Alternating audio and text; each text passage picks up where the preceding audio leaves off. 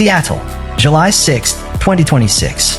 A sold-out crowd, painted red, white, and blue, roaring for a golden generation of American soccer. 90 minutes later, they walked out in silence. This is the story of how Belgium's Red Devils tore apart the host nation's World Cup dream. 4 goals, one nightmare defensive collapse, and a controversy that split the entire tournament in two. The United States came into this tournament with everything lined up. A roster stacked with players starting for Europe's biggest clubs.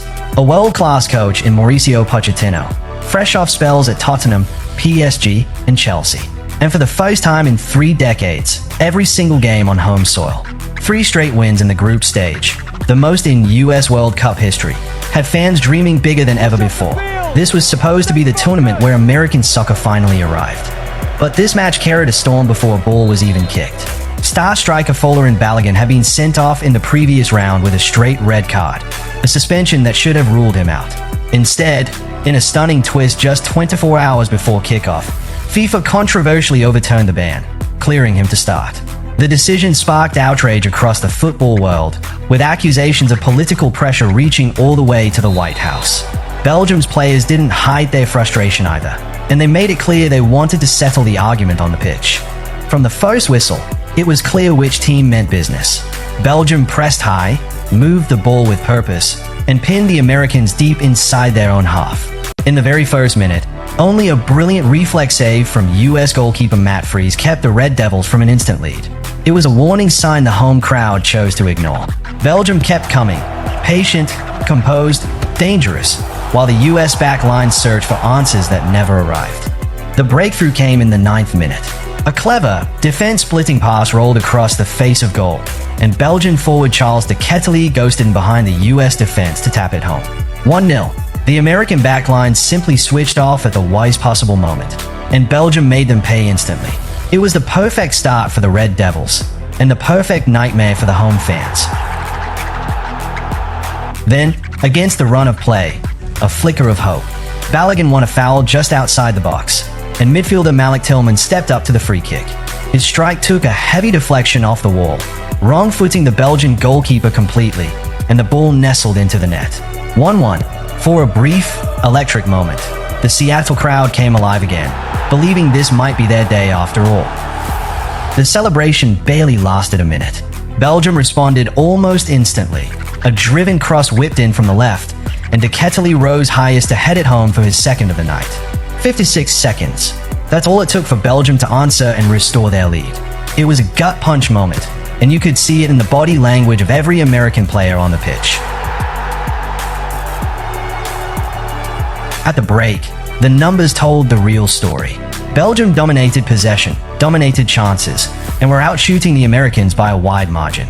On the sideline, Pochettino's frustration boiled over as he kicked a water bottle in anger. His message to the players was simple: match Belgium's intensity, or the tournament ends tonight. The problem was, Belgium had no intention of slowing down. The second half started well enough for the US, but in the 57th minute, disaster struck.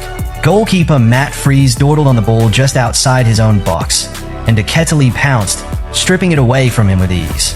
The pass found Vanaken completely unmarked, and he rolled it into an empty net. 3-1. It was one of the most costly individual mistakes of the entire tournament, and the Seattle crowd fell silent in disbelief. Down 3-1, the Americans refused to fold quietly. They threw bodies forward, searching for anything to spark a comeback. Sebastian Berhalter had the best of the late chances, curling a shot narrowly wide of the post that would have made it a Novi final 10 minutes. But Belgium's defense, marshaled superbly, refused to crack the way they had against Senegal in the previous round. Every US attack broke down just short of the danger zone. And then, deep into stoppage time, Belgium delivered the final blow. Substitute Vanaken pressed relentlessly to win back possession.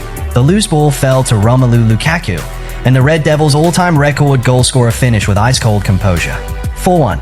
It was a statement goal from a statement performance, Belgium making absolutely sure there would be no late American miracle. The final whistle confirmed it. 4-1 to Belgium. The US men's national team's home World Cup dream was over in the round of 16. Several American players were seen in tears on the pitch, the weight of the moment written across their faces. For a country that had waited 24 years for a real shot at the quarterfinals, This was a bitterly painful way to fall short, made even harder to swallow given the storm that had surrounded the match all week. Belgium now advances to the quarterfinals for the third time in the last 4 World Cups, where they'll face Spain in Los Angeles later this week. A genuine heavyweight clash worth circling on your calendar. As for the United States, the questions will linger for years. Was it the defending, the pressure, or the controversy that cost them their dream? Drop your take in the comments. And if you want the full breakdown of Belgium versus Spain before it kicks off, hit subscribe so you don't miss it.